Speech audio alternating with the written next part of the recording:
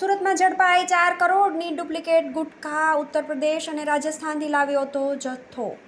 સુરત શહેર પોલીસની PCB SOG શાખાએ Saroli police મથકની હદમાં આવેલા સણિયા હેમાદ સ્થિત પ્રિન્સ એસ્ટેટના એક ગોડાઉનમાં રેડ પાડી ડુપ્લિકેટ ગુટખાનો ₹4 કરોડથી વધુનો જથ્થો ઝડપી લીધો છે. ડુપ્લિકેટ ગુટખાનો જથ્થો ઉત્તર પ્રદેશ અને રાજસ્થાનથી ગોડાઉનમાં લાવી અહીં પેક કરી અન્ય સ્થળોએ મોકલાતો હતો.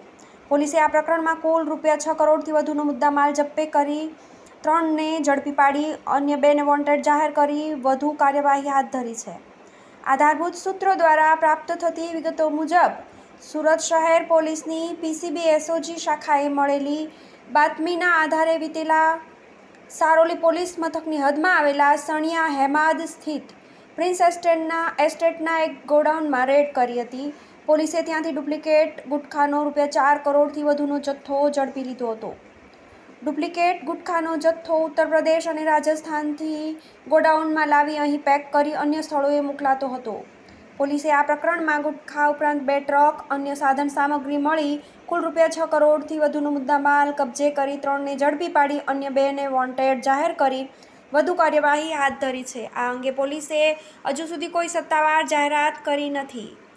TV18 news Surat.